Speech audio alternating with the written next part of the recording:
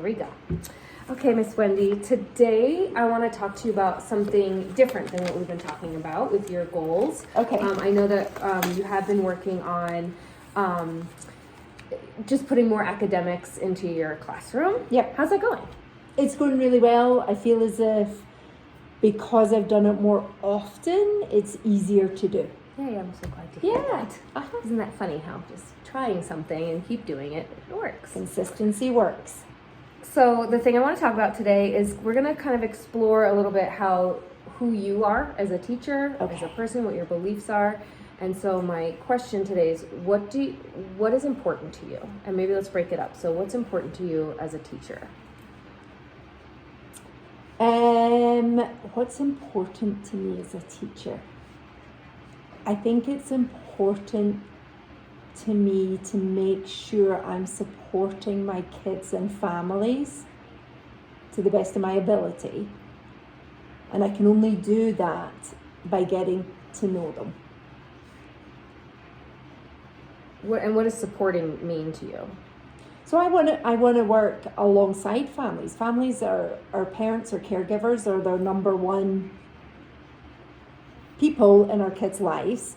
So I want to work alongside them to support, to offer them resources, to give them new ideas, to follow what they're doing at home in the classroom. Like we're a team. Okay. What else is important to you as a teacher? So my classroom's a community. Okay. So like we're now after spring break, this is when I feel that I get to really enjoy my classroom and my kids because it runs itself. Yeah. I'm in the classroom now as a support person, but they know the routine, they know their expectations, they know their rules. I'm getting them ready. I have 14 going to kindergarten, so I'm getting them ready. I'm building their confidence and their self-esteem, and we're working on friendship skills and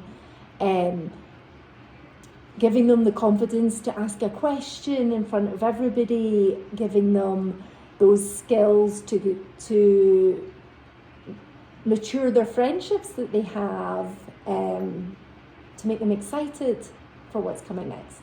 And that's one of my favorite parts of your classroom. So you would say that like social emotional guidance is very important to you as a teacher? Absolutely, it's the biggest one. It's what drives me to do what I do, is the social and emotional part of it. How do you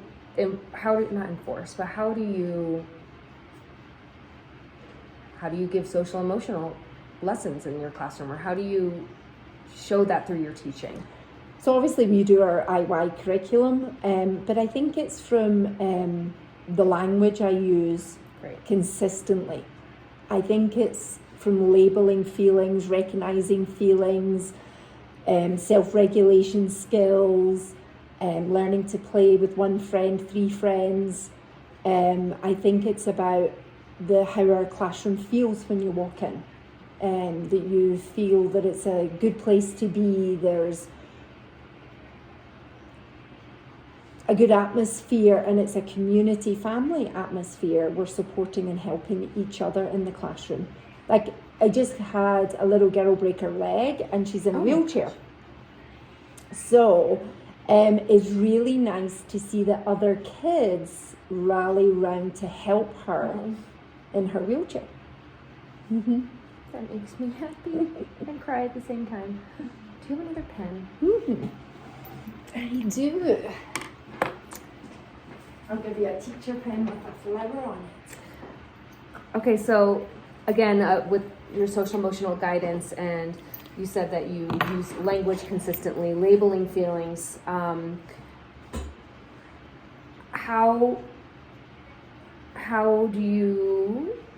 What kind of words do you use? So things like, it depends on their age. So I'm going to approach a 3-year-old differently than I would approach my 5-year-old. But, with little Roman, I would say, "Oh, Roman, your face is showing me you're really frustrated right now. Do you want some support to do your balloon breaths?" and that's something he's familiar with. Or so we've just had Tiny Tim visit, so we're talking about going into your turtle shell to help protect yourself and help yourself feel better and then come out. So we talk about that. We talk about what's current in our classroom. Yes. Ask me the question again. No, what I hear you saying, and you're answering. Okay. What I hear you saying I think I is. lost my track. Yeah, that's fine. I hear you saying that you use a lot of positive language in your classroom. Yep. You reinforce with positivity. Because it's always about praise and encouragement. You want Great. to set them up for success, Thank you. but also let them know that it's okay to make a mistake, or it's okay to come and ask for help and support. Okay. You know, and then we're brainstorming solutions together. I'm not going to give them so he didn't give you that toy, go try this. We're going to brainstorm the solutions of, maybe you could try, let's think. So we work it together in class? Yeah, I love that, Okay. because I'm just, as you said, I'm remembering something that I did yesterday that I gave an answer, and that reminds me not to do that. So let's talk about maybe what's important to you in your life. Like what is important to you in your life? My family, my friends, feeling secure.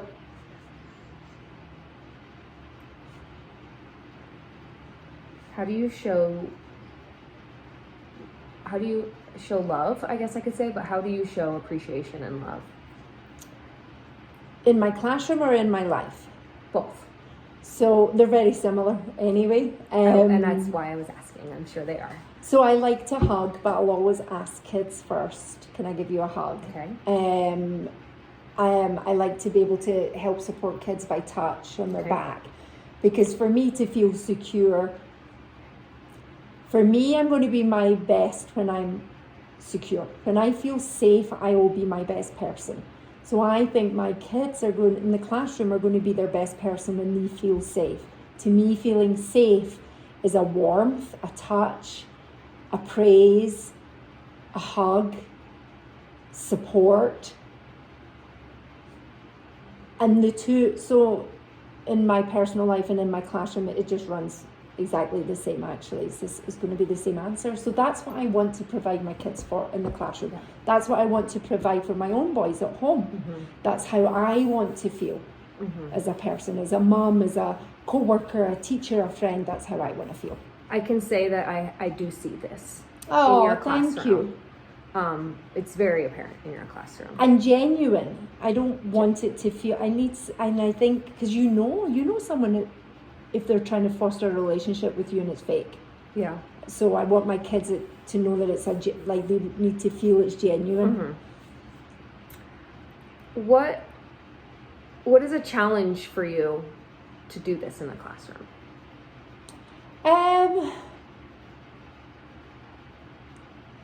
Or are there any challenges? No, I think there is, and I think it could be just with anything, like if I'm a little tired or feeling overwhelmed or anxious, it shouldn't affect my work, but it probably does feed into it a little bit. I just have a new assistant. Oh. So I've only worked with her for 2 weeks. Okay. So there's training somebody new on the job, and feeling comfortable that when I'm on breaks and not in my classroom, that things are following through the way I would want them to be if I was in the classroom. And and I know that can come down to my expectations and how clear I am on them, but I have somebody new, so it's kind of exciting to start that from the beginning, even though we're like 6 weeks before the end of school. And I'm glad you brought that up. I forgot that you did have a new person. Yeah. Tell me more about that. Do you feel now and in the past that you were saying, like, if you aren't feeling 100%, if you're feeling overwhelmed, if you're tired, if you're just not in it that day, do you feel like you can rely on those people? Or do you feel like do you go to them for support? Who do you go to for support? So not my new assistant yet. Okay. And I haven't had those feelings in the last 2 weeks, which has been good, but I'm not there as a new relationship. It's a new working relationship. I'm not there with her, but I have people in the building I could go to.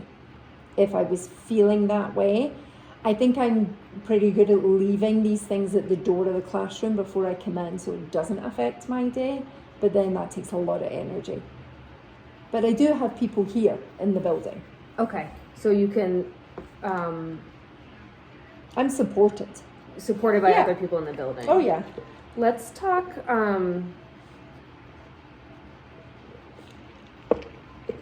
Let's talk about what you kind of said before, and I've heard you express this before, but you said something about like you want to be able to, so the challenge for you is like leaving your kids and leaving them to somebody who's taking over, whether Yeah. that's our CA, our TA. And I know that in the beginning or all of the year, you had a sub who became a TA, but really she was a sub. Yeah. And so that relationship, tell me about that. And then, you know, how does that, tell me more about that, how you want an expectation and sometimes it doesn't turn out that way. So, but I think with having a sub that became my TA but never truly wanted to be a TA, she didn't want to teach. Okay. So she didn't want to take on large groups, small groups. She didn't want to take any lead in the room. So it ended up I was doing it all the time. I did every small group, Yeah. every large group, and that gets a lot.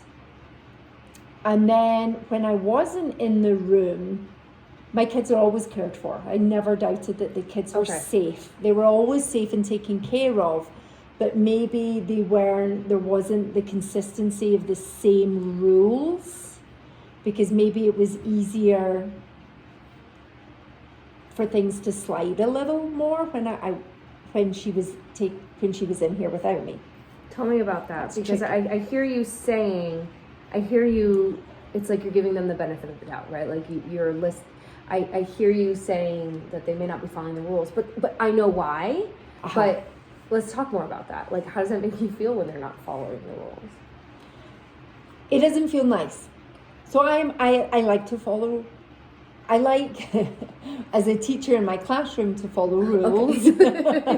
And I think it's so important for the kids. The kids are always going to play the adults in the room off of each other to see if we have the same answer for things. So for me to walk out the room and rules to change, and then I come back in, and then suddenly it kind of feels like I'm the bad guy, because here I come back again and, oh, remember we're using inside voices?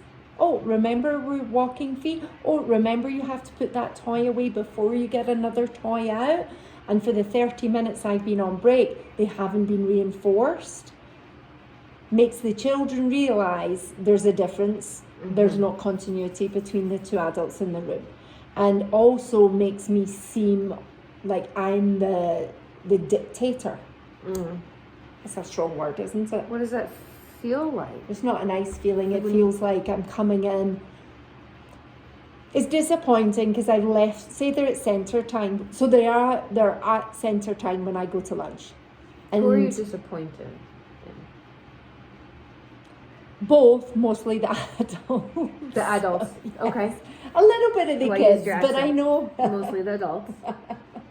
And I Yeah. get that to be disappointing in the children, because it's like, well, you know the rules. But they're 3, 4, and 5, Right. and if they can take advantage, of course they're going to take advantage. So yeah, I'm disappointed in the adults. Well, how else are you feeling? It's just between us. So. It makes me feel frustrated, because it means then I'm coming back in to fix things rather than just to. It should be a smooth changeover between me and my TA, and now it feels a little better. I shouldn't be coming back in after a 30-minute break and spend 5 minutes fixing things. Sure. I should be able to come in from break and just kind of melt into the room again. Yeah. Okay. I hear you and I empathize with you. And I'm wondering,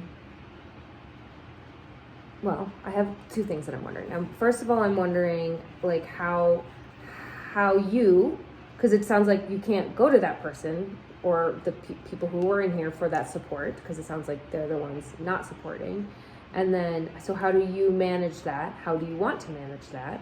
And then my thought is like, what are this person's, what are their beliefs? What do they think is important? And so it's funny you should say that. So I Okay. had a conversation with a coworker because I'd come back from break and I had the TA working on this side of the room with 2 tables of different activity of kids successfully going on. And then I had the person that was giving me my break